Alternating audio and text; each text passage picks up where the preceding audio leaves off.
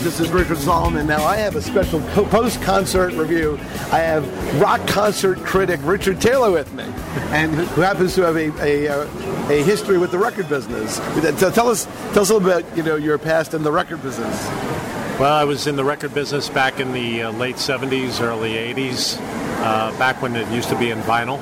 That's right. Actually, vinyl is making a comeback, and we had a little record shop. It was in Bayside, Queens, and it was a lot of fun. It was around the time we opened up. Around the time, within a month, Elvis had passed away, and we couldn't keep enough Elvis in the shop at the time. It was a remarkable time. Well, speaking of deceased rock and roll people, John Bonham of Led Zeppelin's son was at Jones Beach last night. Jason Bonham, honoring his father in the Jason Bonham experience, which is really the Led Zeppelin experience, and that band toured with Heart. Now, what was interesting about the show from a concert-going perspective was Jason Bonham, was the first act. He came on, I think he played for about 45 minutes. And he opened with the famous drum solo, rock and roll.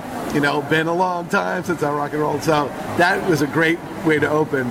Played straight Zeppelin. And then he took a break. Heart came out. Heart did their thing, and they were just great. And, both Ann and Nancy Wilson are just incredible musicians, both either on a vocal basis or on, Nancy with the vocals and Ann with the guitar. I mean, it's just an incredible combination. And then, for the last 45 minutes, they played together nothing but Zeppelin covers. So it was Ann Wilson, Nancy Wilson, their band people, and Jason Bonham and some of his band people, just rocking the house. They played like, what'd they play? I know that they concluded with Stairway to Heaven, which was unbelievable, and just listening to them do rock and roll stuff was really, really cool. This is Richard Solomon, taking care of business, TCBRadio.com. We are continuing our discussion of rock music and last night's concert at Jones Beach, the Jones Beach Theater in Wantagh, New York, for those outside of the listening area who catch us on the internet, with Richard Taylor, rock critic and rock historian. Because he owned a record store in Bayside. And I mean record store. Not a CDs or a record store. We were vinyl when vinyl was in fashion, and now it's coming back. Did you have cassettes? Yes, we did. Actually, 8-tracks. I was there for the transition from 8-tracks, which I started out with an 8-track. The quality, the fidelity of cassettes at the time, in the late 70s, around 77 is when we opened. The quality wasn't that good, and then everything started moving towards away from 8-tracks onto cassettes. Because if you remember, you'd be in the middle of your favorite song on an 8-track, and it's fading down, and it's like, and it goes. You're waiting there and waiting until it finally comes back on. So everybody started moving towards cassettes, and then the record companies finally woke up and improved the fidelity of the cassettes. Well, it's interesting. All those format changes allowed the record companies to sell the same album like 3 times, because you bought Dark Side of the Moon on 8-track or whatever, then you bought it on cassette, then you bought it on vinyl, and then they said, well, we have the CD. And we put out the pink vinyl. Oh, wow. There was a pink, I have it. They put out a special edition. Yeah, it was special edition, then you found out there were 2 million copies. Yeah, well, it was special. Look, last night there was an entire sing-along of Stairway to Heaven, really, with everybody. It was like a gigantic karaoke with 10,000 of your closest friends. Nothing wrong with that. And they did a great job of that.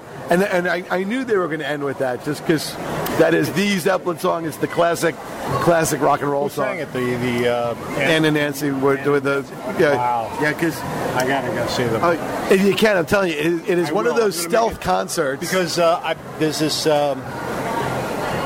one of these internet companies that I belong to. Actually, they had sent me a notice for Heart at Jones Beach, but then I forgot about it because it was, I guess... It's so poorly promoted. It really is. Well, I think the promoters weren't selling as many tickets as they should have because early on, this goes back a month ago, they had discounted the tickets like in half.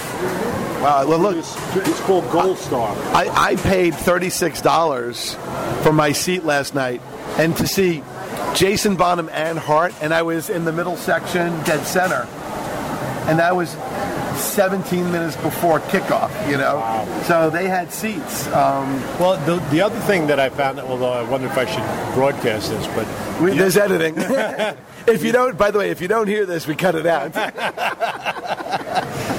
The thing that I heard a long time ago is that at Jones Beach, they hold back some tickets for the band. And if they don't sell them, they turn them on to into the box office that day. Oh, well, you know what it is? It's all a fancy game of poker because you never really know if something's going to be sold out. Like I'm sure Jimmy Buffett, who is always sold out. Jimmy Buffett's crowd is like the Deadheads. Yeah, the Parrot Heads. Well, the Parrot Heads. Yes. They follow them all over the country. Right. So I know that Jimmy Buffett will be playing. I don't get it, but oh no, I do. It's a great show. This is, by the way, this is a 2013 recording in case it's up on YouTube and you're listening to the future, then it was the past. But Jimmy Buffett, I think, is playing August 2013 in Jones Beach. He always sells out. I remember how hard it was to get tickets for him way before the internet, whatever, because he's just a very popular show. And you know what he's following. And he's fun. He wears like shorts and sandals. He rides a bike in. I mean, literally rides a bike in. He's got the whole, the whole tropical... thing going on. And then what's really funny is when you go to the parking lot, people are blending margaritas. They're wearing coconut bras and grass skirts. And it reminds you a lot of like the Dead, when they were... By the way, there was tailgating a little bit for the Heart concert. There were people in the parking lot and they were like barbecuing, eating sandwiches. And there was a mix of people either blasting Heart music or Zeppelin music. But I did notice a lot of Led Zeppelin shirts. Really? So, but the crowd, was definitely an older crowd. You didn't really see people in their 20s. You really saw people 40 and up. And I think the majority of the people were and up. Yeah, I guess that music. But then again, there's other than what is it, Q104. But they play the same stuff over and over. And I know over they have again. It's Q104 and BAB. There's no, like you said, there's no real outlet for this type of music and a lot of the younger generation likes that music. I mean, in fact, a lot of it's getting some of the earlier music is getting redone now. There's a couple of groups that I spotted on FUV. This guy, J.D. McPherson, I mean, he took a page right out of Little Richard's book. And he's got a following, and he's and the guy's in his 20s. He recorded his album on a 4-track. He wanted to do it old school. And cheap. No, but it's great. It's great music. I mean, there's a lot of influence. I mean, the younger generation will pick up on the influence, but they got to be able to hear it. Yeah. Well, the sad thing is that the whole album experience is different. I remember buying albums. I remember opening the albums, looking at the lyrics, looking at the artwork, being impressed by some of the more intricate artwork that you'd see. I remember posters that came with albums. Yeah, but don't forget you had competing radio stations. Now your radio stations are all owned by Clear Channel and who's the other one? I know the Clear Channel's a very, very big one. They have most of the stations. I mean, when my son is flipping the channels to listen to his music, at least 3 stations are playing the same song at the same time. Yeah, I know. There's definitely, the only. Well, that's why you got to listen to things like Taking Care of Business on TCBRadio.com.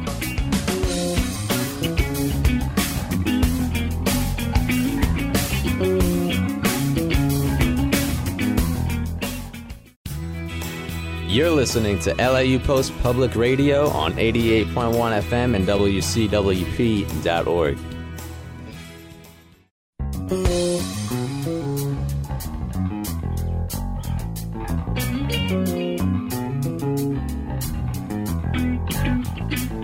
Richard Solomon taking care of business, continuing our discussion with Richard Taylor.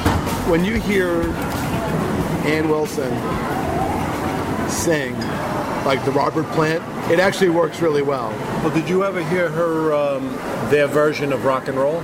Oh, yeah, absolutely. Yeah, they're right there. I mean, her vocal is right there with. I would love to hear them sing together. That would be amazing. You know, is one of the things that is on one of the Heart albums, I think it's Live in Seattle, they play a killer version of Battle of Evermore, you know, with the mandolin and the guitar, and they sing, Ann and Nancy both sing. What's interesting is they both sing and play the song, you know, sort of as a duet. And it is just a killer version. I know the original version, I think, was sort of like Sandy Denny played. Yes. You know, Sandy Denny played like the other version with Robert Plant. Led Zeppelin 4. Right. Yes. So, and I forgot who's Sandy. It was with Fairport Convention or something like that. I believe so. Something like that. Yeah. So I'm testing my rock and roll index here. So when you listen to sort of that version, and it's a great version. And when you hear them do it today, it is just killer. Yeah. It is just killer to hear. Because they take out the mandolin and the guitar. They sing, back and forth with the sort of like, I don't know how to describe it musically, but it's alternating chorus components. And they just bring it up and they just rock it. And it's just a great song. So they opened the Zeppelin set with the Battle of Evermore. Then they brought Jason Bonham out and then just did nothing but straight Zeppelin tunes. Who was doing vocal for Bonham's? There was a guy who, he was a young guy, he kind of looked like Joe Satriani in appearance, and he kind of had a youthful Robert Plant voice. I actually don't know the guy's name. I'd have to look that up. I mean, of course, Robert Plant is the original. The original, and there's no other, but I mean, how did he compare? Well, I'll tell you this. The problem with the sound at Jones Beach is that it's a little muffled, probably because it's outside. You definitely feel, and look, I loved it, but you definitely feel like you're listening to a Zeppelin cover band. Probably the best Zeppelin cover band. Because let's face it. You have Zeppelin blood. But the thing is this, Jimmy Page is Jimmy Page. Yeah, very hard to duplicate. And when you see like Jimmy Page played the 12-string guitar or whatever it is, and he was just incredible. Now the musicians were really good, but let's face it, the guys who originally were in Led Zeppelin, John Paul Jones, John Bonham, Robert Plant, and Jimmy Page, they were unbelievable talented people. I was at the Song Remains the Same when they filmed it. Oh, really? In Madison Square Garden. Yeah, it was at that time. They had a lottery, because what had happened was I had gotten word that Led Zeppelin was going to be in town. They had written an article in Rolling Stone, so I kept checking. I kept calling Madison Square Garden, and then I confirmed it. And I got up early that morning, got down to Madison Square Garden, and I was ready to sleep on the sidewalk. Turns out the guy there told me that they had a lottery system. I mailed in and got like 20th row. Wow. Yeah. Are you in the film? Maybe, but you know where Plant goes? Does anybody remember Laughter? I was there. Wow. Because that's like such a key line. Yeah. Because last night I was with my brother-in-law Doug and my friend Rob, and when they did Stairway to Heaven, and the line comes up, and I said to Rob, does anyone remember Laughter? I even did it in a British accent. It was. It's like classic now, but when I was there at the concert, it was like a little bit of a disappointment because, as a teenager, you want him to do it exactly as it was on the record. But we got past that. Well, if you listen to sort of The Song Remains the Same on the album, and then you listen to it live, it's definitely different. You know. Well, I mean, now I can appreciate something like that. But when you're 17, it's like it's got to be the same. I mean, I take Springsteen for instance. He never starts a song the same way all the time. But I appreciate now. I can appreciate. Well, that's sort of like Clapton. Clapton would try to hide some of his opening, right, so that you wouldn't know it was going to be Layla. Right. He would try to fake you out a little bit, or go into like cocaine or this or that. Exactly. But what was interesting was I heard an interview of Jason Bonham on Rockline. If you go to rocklineradio.com, it'll be in the archives. I think they charge a fee. We don't, because TCB Radio is for free service. We're on public radio. But he was on Rockline. He gave a great interview, and he was talking about his father. His father died like he was like 32. 32. Yeah. His father died at the age of 32. And if you talk to most people, whether they're musicians or music lovers, I think John Bonham would show up in the top 5 drummers of all time on like anybody's list. Well, what was interesting is VH1 has. I saw VH1 has behind the music, yeah. And they did a piece on Bad Company. Oh, Paul Rogers, yeah. Which was on Swan Song. That's the Zeppelin label. Yes, and what was very interesting, Paul Rogers was saying, is that when they came on to the label, that Bonham came up to them and said, you guys got to be really careful, you're representing us, blah, blah, blah. And he said it was ironic because Bonham was like one of the best-known partiers in the whole business, and ultimately died as a result of this. What was interesting is in the interview, Jason Bonham, and I tell you, it was a great interview, and I really got to give my hat off to Rockline, because I listen to them all the time. RocklineRadio.com, give them a plug. And Jason Bonham said, like, growing up, he said, in my house there would be, like, all these famous people, like, Beatles and this and that and whatever. And he said, and yet, when I was a kid, I just thought there were a bunch of drunks hanging out of my house, bothering me.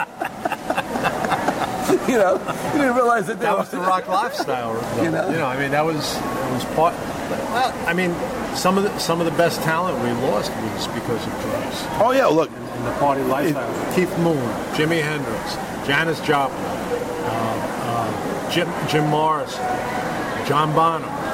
It goes on and on. Oh yeah, Elvis Presley. Yeah. Now we know, didn't die of natural causes. Well, he had a combination of, I guess, obesity, prescription pills, and the whole bit. A lot of it was prescription pills. Yeah. You know what his favorite sandwich was? Peanut butter and bananas? Fried. Yes. By the way, I went to Memphis and went to Graceland. Michelle and I went, my wife. Michelle and I went to Graceland. That was a great trip. We went to Memphis, and we went to Beale Street and listened to all the great music. And we went to the Sun Record Studio. Speaking of rock and roll, and we were actually at the mic where Elvis actually sang on.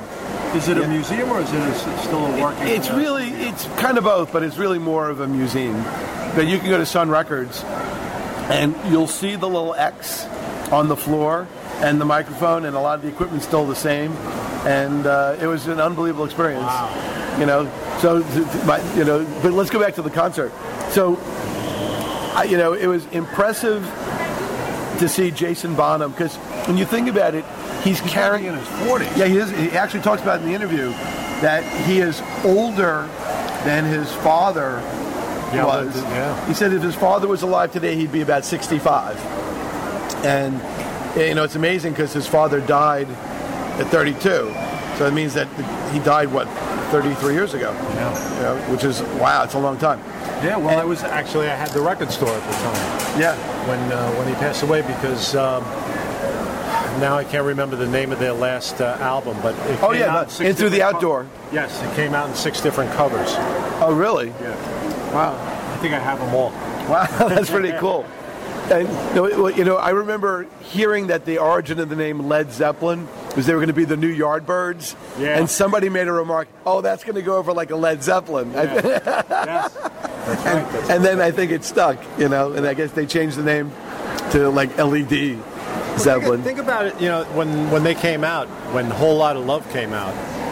I mean, most of the music was fairly bubblegum or pop music. I mean, that was a pretty heavy tune when they first came on the scene. Way down in inside. They played that last night. Really? You need. Did one of the what's her name? I think that was. I think sing that? I think Bonham did that. He sang it? No. He has that lead singer guy. Oh. He has like, you know, they have like a band that sort of emulates the Zeppelin because you have the guy doing the Jimmy Page part, and he has like the 12-string and whatever. And I guess you got the John Paul Jones guy, and then you have the Robert Plant, and he's the drummer. Now I know that I think Jason Bonham has actually played with the other members of Zeppelin. You know. Yes, they have. You know, they did. Actually, they had tried to put Zeppelin together with him as the drummer, but I think Plant was the one that nixed that. They just didn't want to do it. Although, actually, I have the last CD that Plant and Page did together. Oh, was it called No Quarter or something like that? Yes. Yeah. It's good. It's yeah, I know my rock and roll. Yeah, you do. The new stuff, forget. I have no clue. In fact, except for like, you know, WCWP and some other places, there's really no FM alternative music really being played around here. I mean, other than FUV, I mean, and that, you know, they're not as folky as they used to be, but FUV does, you know, they're getting a little more rocky now. Yeah. But you know, what was interesting about last night's concert was how well it was not promoted. I didn't really know about it until the last minute. I kind of stumbled upon it. It wasn't announced on any local radio. It wasn't any local media that I saw, and I kind of read They're newspapers. They're going to be playing in Jersey. I think I'm going to try and catch them there. Oh, yeah, you should. And what was interesting is when I went to the box office, I bought the tickets literally 17 minutes before opening. How are you seeing? They were good. They were good because the place really wasn't sold out. There was when I got into the parking lot at about 7 p.m. for a 7:30 show. There was, you know, when it's really sold out at Jones Beach, you got to go to the overflow parking lot, and then you got to walk all the way down. I parked by the U-Pole, for people who know what that is. There was nobody there. Walked straight in, and I asked the guy who was at the security, I said, "How's the show?" And one of the reasons why I waited, you know, to see was just, you know, you always want to just get a little bit of feedback, but I really love Heart and I really love Zeppelin. So I figured I was going to probably go no matter what, but the guy said they played it at Huntington at the Paramount the week before or something like that, or recently. Right, yeah, Heart and Bonham together. Wow. I'm like, I can't believe, how come I didn't hear about these things? Yeah. You know, and that's a great venue. I saw Jeff Mattson and the Dark Star Orchestra play there. That's a great venue, and it's really close, and it's a nice venue. And you don't have to worry about rain. Last night it rained. It did rain. We were lucky because it didn't really rain until much later into the concert. And I got the impression that they may have cut maybe one or two songs because it was beginning to rain a little bit. It's dangerous. Yeah, but the wind was picking up. But that's the problem with Jones Beach is even though it can be a beautiful night, the rain's an issue. And most of their concerts, for the most part, are rain or shine.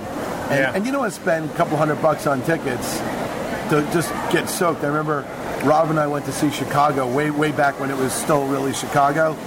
And I remember we got soaked. Time ago. Well, because Chicago still exists. I know. But I don't know who's left. I think some of the members died off.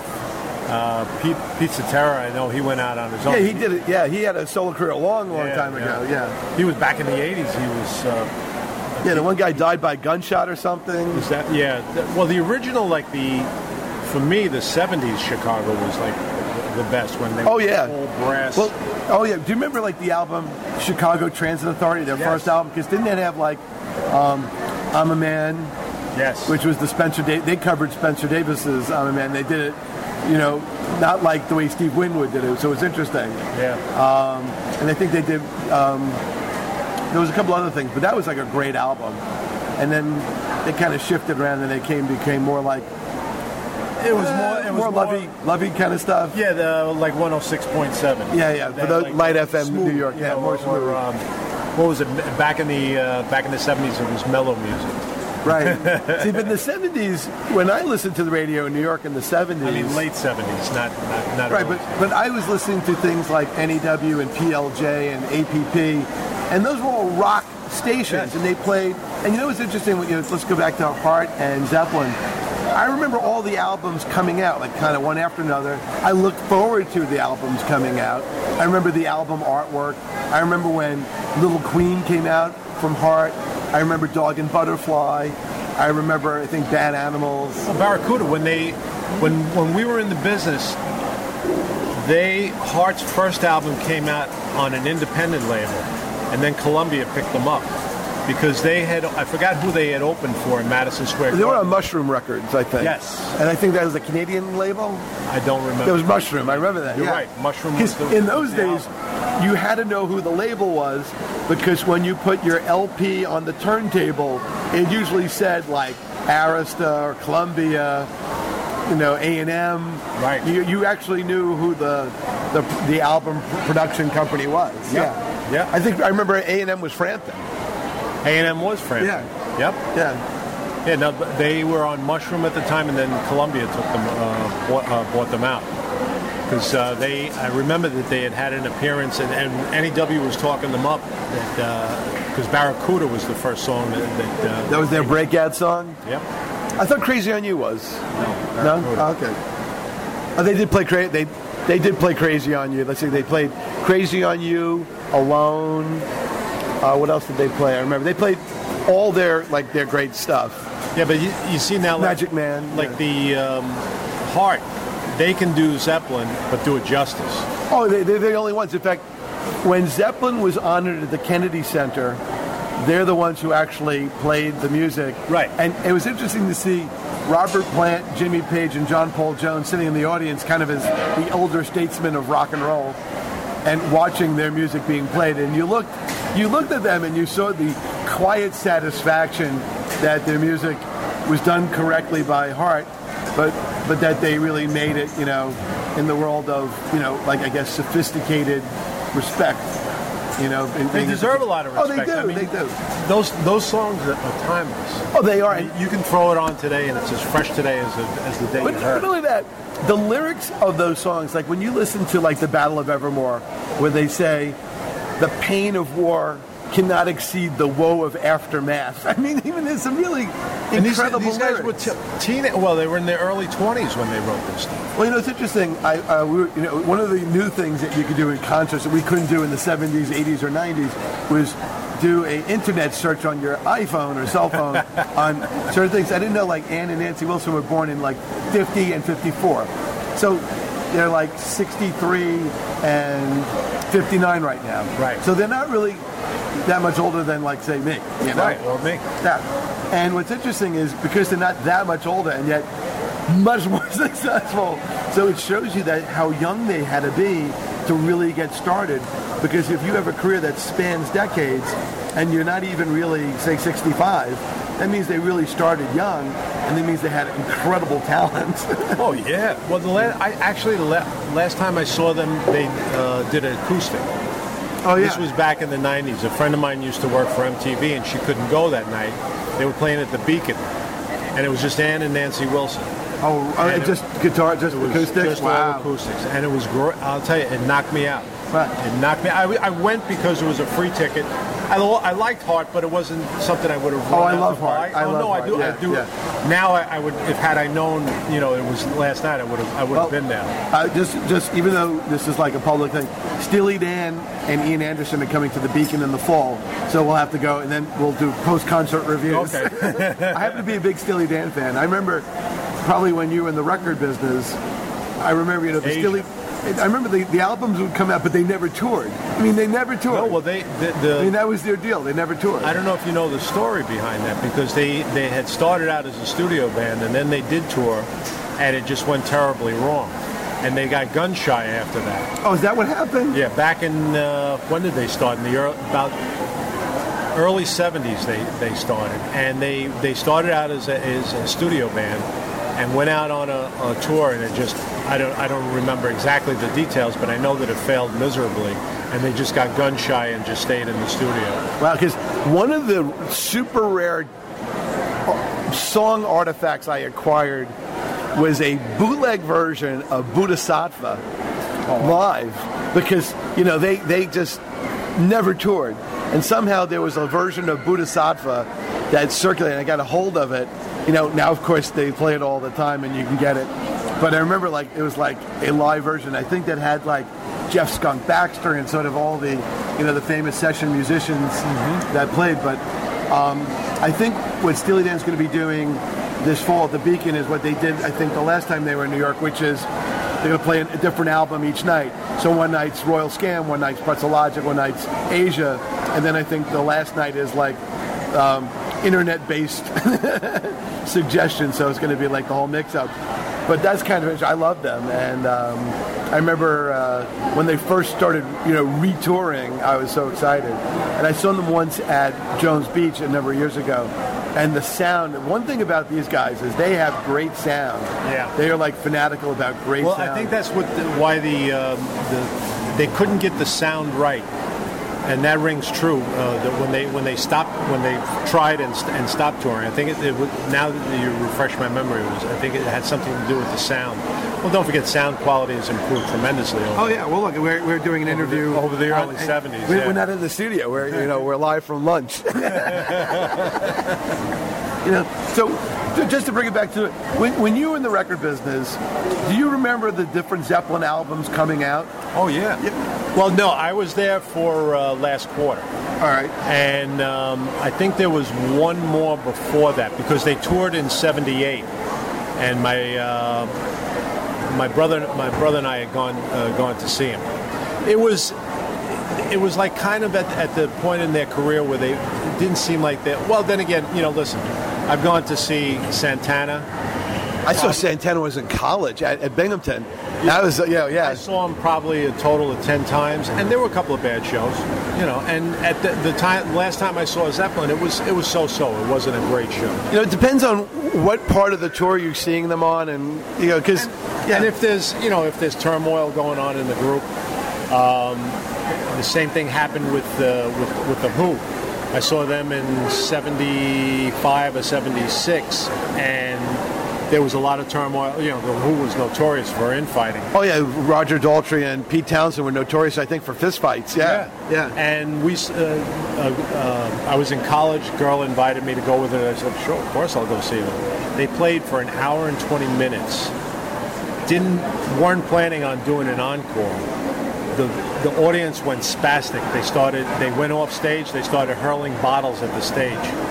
People were not going to leave. They came back and played for another 20 minutes. I mean, that was like the excitement of the show. Well, back in the day, do you remember like concerts being a lot longer? I remember like Springsteen would do. Oh, Springsteen he's a separate animal from the rest of the crowd. He was. 3 hours was a short show. Yeah, and the Dead used to, the Grateful Dead. I was never a Dead fan. Oh, I was. Oh, I love the Dead. I know. It's a shame. Lot of guys. The funny thing is, now in my older years, I appreciate their music more than I did when I was younger. Oh, I didn't really appreciate them until sort of like the middle '80s, when a girl that I was working with, Mary Bigger, started giving me tapes of the Grateful Dead, and she would love them, and she goes, you don't love the Dead? I'm like, they're okay. She goes, no, listen to this, and she gave me all these like live tapes, which was amazing at the time that the Dead would let you, and they'd sell tickets for tapers, and they would let you tape all their music, and yet they were still, despite all of the fears of taping concerts, they were like highest grossing band. They were never sponsored by anybody. They didn't really have a lot of commercial airplay when you really think about it. They always played like NEW. Right, but they always played like sort of U.S. blues and nothing too obscure. And Casey Jones, but nothing too obscure. But mostly what you. I mean, you never heard anything like Dark Star, or anything like that. No, but actually, NEW was always on top of like when Terrapin Station came out. I remember Terrapin Station. What was their Shakedown Street? Which one? Oh no, it was the last one. I think the last Shades of something gray. Touch of Grey. No, I think the last one was Built to Last, or something like. No, the Touch of Grey album I remember was. Touch of Grey was a huge album for them commercially, because Touch of Grey was actually commercially played a little bit.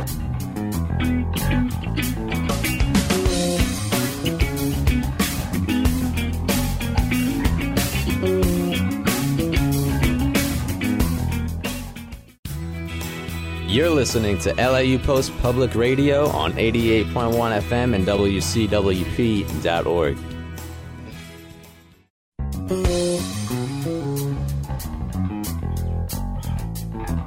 Richard Solomon taking care of business, continuing our discussion with Richard Taylor. So, back in the day, you were actually a Ticketmaster outlet? It was Ticketron.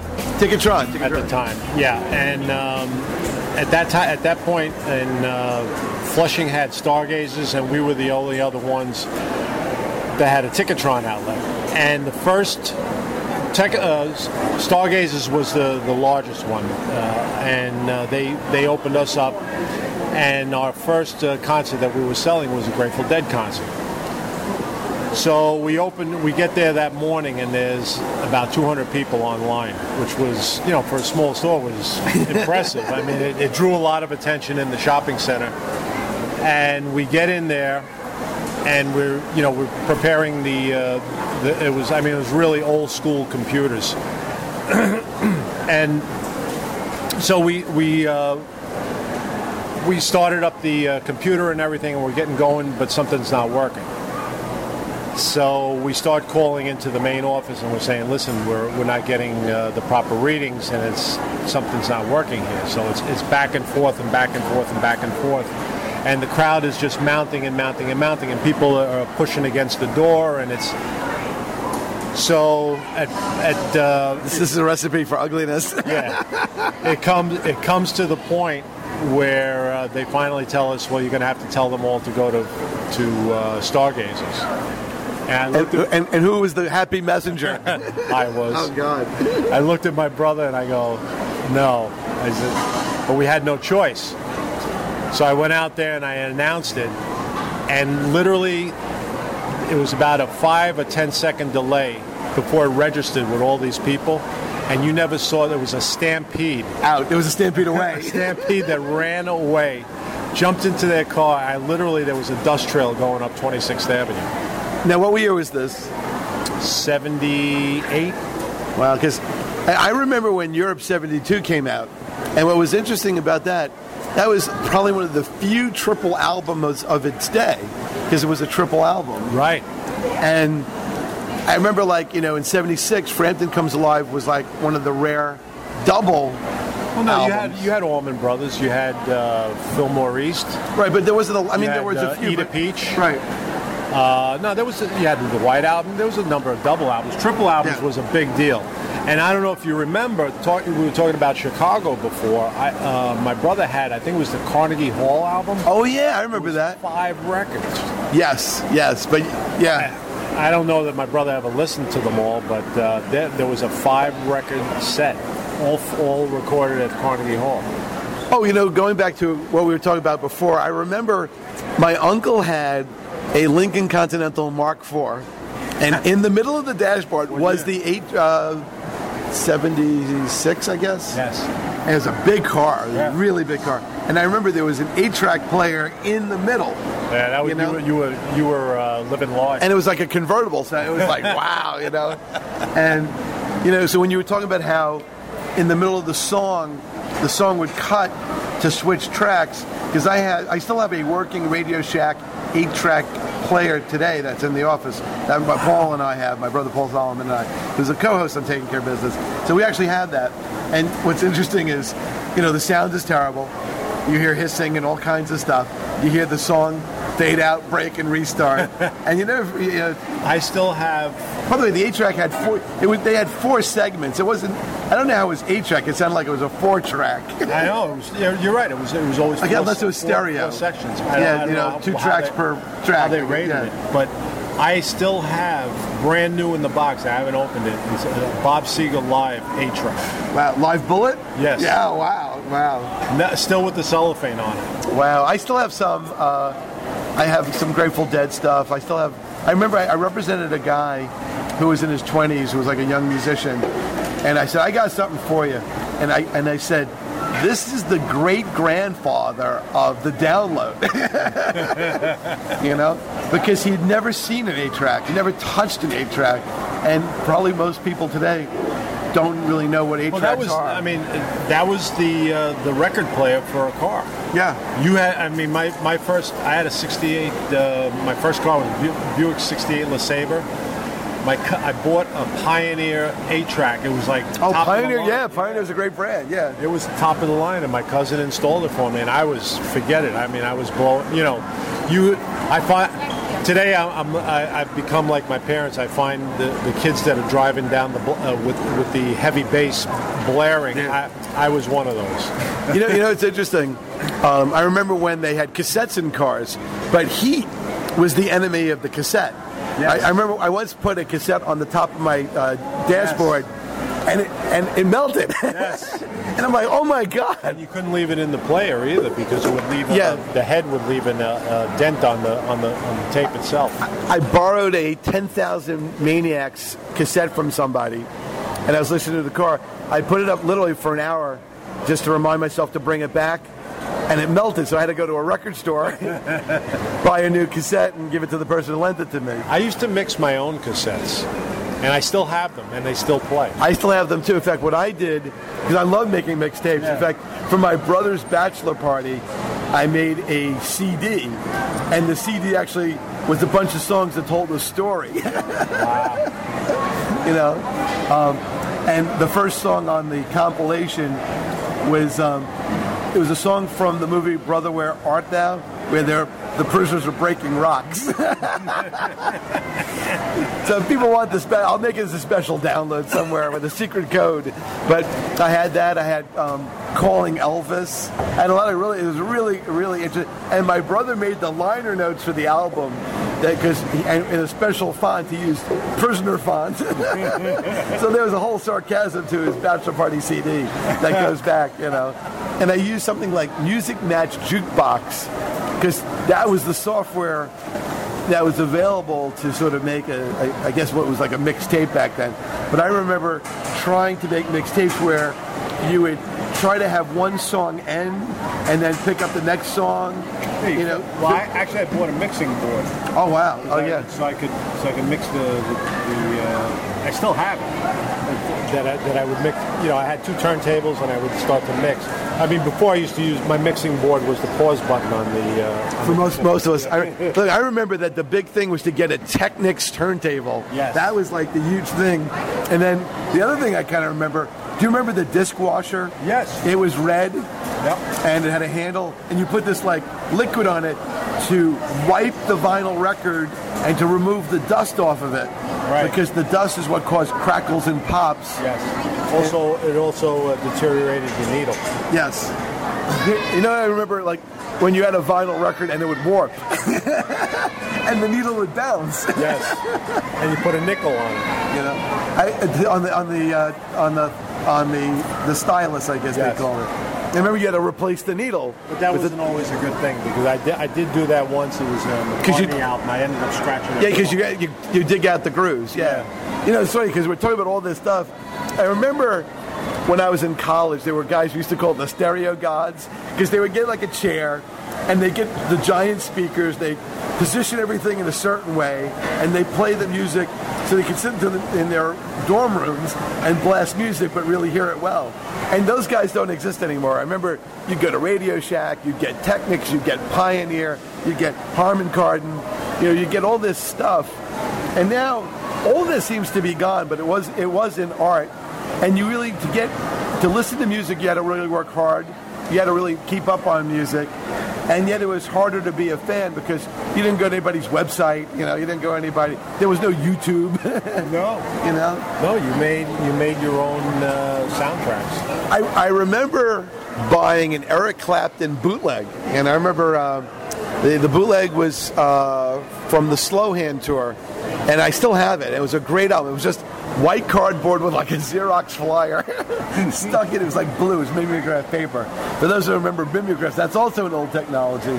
And it was a great album.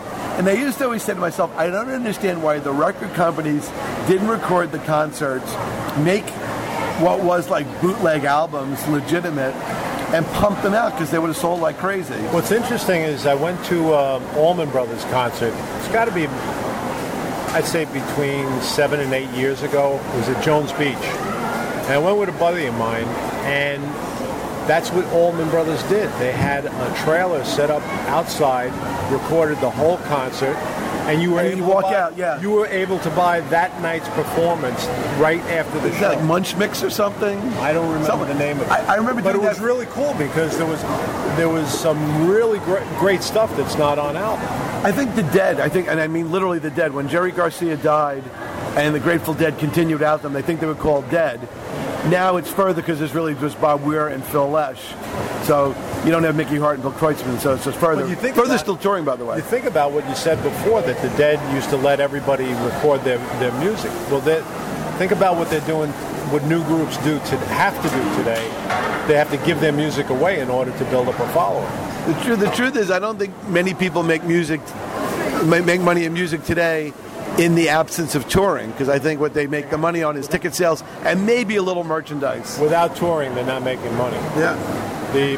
I mean, some of their die-hard fans, of course, are going to buy the CD, but to get on get it mass marketed, the only way to break through now is on the internet and to give a song or give a few songs away. Yeah, no, it's true. Plus, if you look at YouTube, almost everything is up there. There's one of the interviews I hope to do soon is I contacted Jeff Healey's website.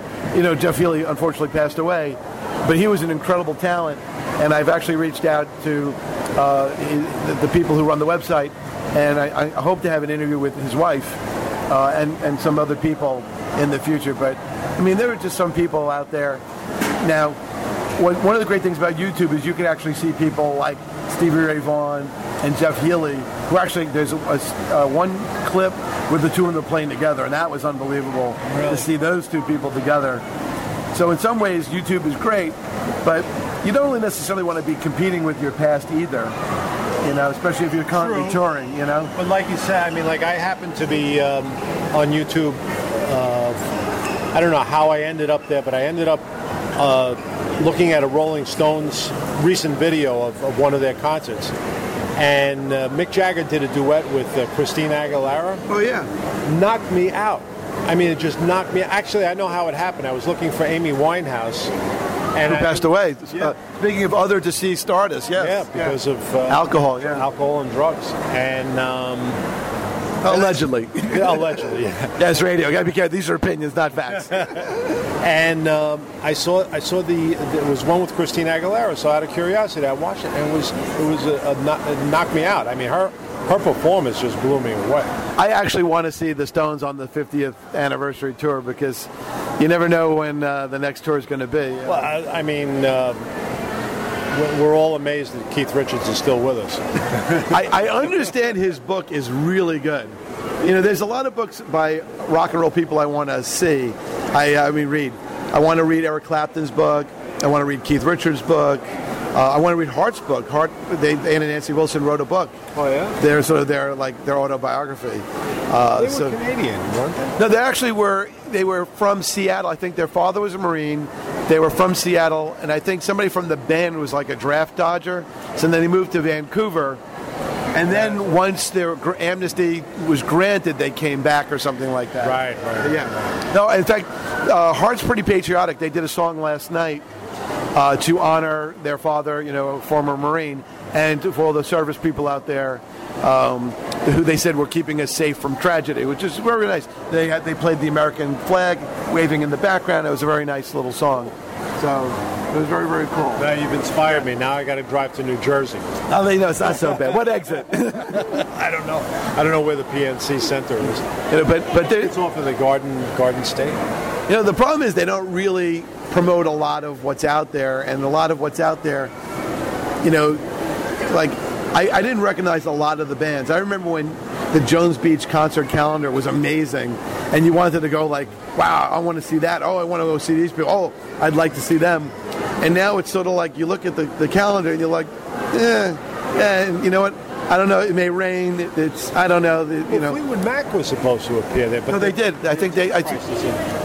The problem with I saw Fleetwood Mac doing the Behind the Mask tour at the Garden, and look, I love Fleetwood Mac, so I'm going to say this with love. Without Christy McVie, the band is definitely different, And Stevie Nicks' voice is a lot different. You know, she had a much more, when you listen to her doing things like Leather and Lace with Don Henley and Stop Dragging My Heart Around with Tom Petty and Turn the Music into Gold, when she did that, I think that was with Andrew Gold. Her voice was so smooth and angelic, and I think it's taken a beating from all the years of rock and roll, and so her voice is not the same. So the band, the band. Well, the band, all the there's very few of them that don't sound a little different. I mean, because Daltrey can't really hit the notes, Plant can't really hit the notes, Mick Jagger doesn't hit the notes. Yeah. I mean, his voice has changed. McCartney, when I saw him on, I think it was the Grammy Awards, I thought he had lost it, but I recently saw him on the Stephen Colbert Show, and actually his voice is still... Well, he did the Olympics not that long ago, and he was pretty good, but I guess he's one of the few people who still has sustained the touring and the whole bit with full force. I think his partying amounted to like smoking a few joints every now and then, but not he never struck me as a hard partier, as like a Keith Richards or a Keith Moon. Or like an Axl Rose. Yeah. Or an Axl Rose, yeah. By the way, one of the greatest videos that I ever saw was Paradise City, where they show nothing but gigantic stadium shots one after another, and you see Slash playing and Axl in all these outfits, and they go from venue to venue to venue to venue to venue, and you see thousands of fans just screaming and singing along. And that's what's really lost. You don't see the big stadium shows anymore. You don't really see people filling up arenas, floor to ceiling.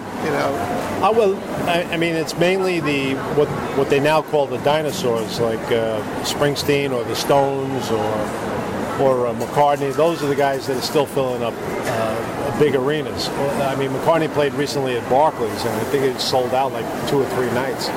But Springsteen can still fill up a stadium. But then again, me personally, at a Madison Square Garden is big enough for me. In a stadium concert, you get lost. I mean, it's cool to watch, but to be there, you're just watching a screen. I remember seeing the Grateful Dead in Traffic, when with Steve Winwood and Jim Capaldi, and that was really an amazing thing to see them all play like Mr. Fantasy. But I was there with a full crowd, and I remember seeing way back when Simon and Garfunkel with my parents. I won the tickets. I think it was from NEW. I won 4 tickets, and I took my parents to see Simon and Garfunkel at the time when they did the album live in Central Park, I think. And there were tickets for Central Park? No, but I remember the album. Okay. It was like they did some kind of concert, I think, live in Central Park or something like that. I mean, I remember it exactly. Yeah, I saw them at that Central Park show. Yeah. I was up in a tree. Oh, maybe that's you on the 14th track, off key with me. I was off key in Giant Stadium. Hardcore. But I guess just to close out the segment, what was really interesting about all of those concerts, especially like when you talk about like Led Zeppelin at the Garden, remember how everybody would have a cigarette lighter, whether you smoked or not, and you would, and I never smoked, I really didn't, and I remember still having a cigarette lighter for the encore. You had to have one. Right, and I remember the place would be like a blazing light. It was cool, and it was a really nice tribute to a band, because people would like be really rowdy and applauding and stamping their feet, and they all had their cigarette lighters. And I remember seeing for some bands, just the place would literally be a yellow flame across the place. Yeah, but it was like a not to sound corny, but it was like we're all one. We're all. This is like a communal event. Well, you know what? Well, I always thought that not the Zeppelin, but the Grateful Dead was communal, because it was communal before the concert. It was communal at the concert. And I'll never forget what Mary Bigger said to me once. I went to one of the shows with her after she gave me all those tapes, and I was like a big fan. I saw them at the Garden. And I said, they just left without an encore. And she looked at me and she said, because they expect you to be here tomorrow. And I'm like, and when I became a fan, and when I realized that they would play like the Garden for 7 shows or whatever, they really expected you to be there for the week. You know, That's right. Yeah. You know, and a lot of that's right. I remember because people that I knew were Deadheads, and you're right. They would go to all 4 shows. And actually, when I had the Ticketron outlet, they had started a program where we could sell shows in Texas, in California. I mean, I had one customer. I guess his parents were taking good care of him, but he used to fly all over the country to go see the Dead. Wow. So, you know, when he used to come to us for tickets, you know, he'd say, are they playing in San Francisco? Are they playing in Seattle? You know, we were selling tickets for across the country. I'll tell you a great story about the Grateful Dead. I was doing a trial in San Francisco, and I was living at the Ritz-Carlton for 6 months. And it was a really complicated trial. We had local counsel. I was brought in by national counsel. And I was doing a lot of behind-the-scenes work because I had a lot of experiences. It was a products liability case. I had a lot of experience in this. And, you know, I was living there, you know, I was all by myself. But the Dead was, you know, right there because they lived in Marin County and they would play at the Oakland Coliseum. So what I would do is I would find out they would be playing. And they had a Chinese New Year concert. They had a Mardi Gras concert. And I would call up a company called Express Tickets. They would take your credit card. They would drop the tickets off your hotel room. I get a rent-a-car. I drive over the Oakland Bay Bridge. I go to the concert, get a shirt, and go to work the next day. And it's true. And what was interesting is they never talked to the audience. They would just say, "We'll be right back after a break." That was about it. They were one of the few bands that just spent 10 minutes tuning beforehand. I always respected them for tuning. They would tune and tune and tune. They'd play. They never said, "Hey, how you doing?" or "Welcome New York" or anything like that. They would get up. They would play Jerry Garcia. Always wore a black T-shirt. I mean, it was always the same thing. They would play. They'd play really great music. They'd take a break. They'd come back. They'd play some more. And then they would just leave. That was it. And it's true what Mary said. They never would say goodbye because they'd expect to see you the next day. So I guess even though in radio I sign off and always say, "We'll see you next week," I expect you to be back. So my thanks to Richard Taylor. Thank you for sharing rock history, rock memories, your own personal experience, and this post-concert review. Well, thanks for having me. I thoroughly enjoyed it. All right, so hopefully, since I never used this equipment before, I hope it came out okay. So this is Rich Solomon taking care of business. See you next week.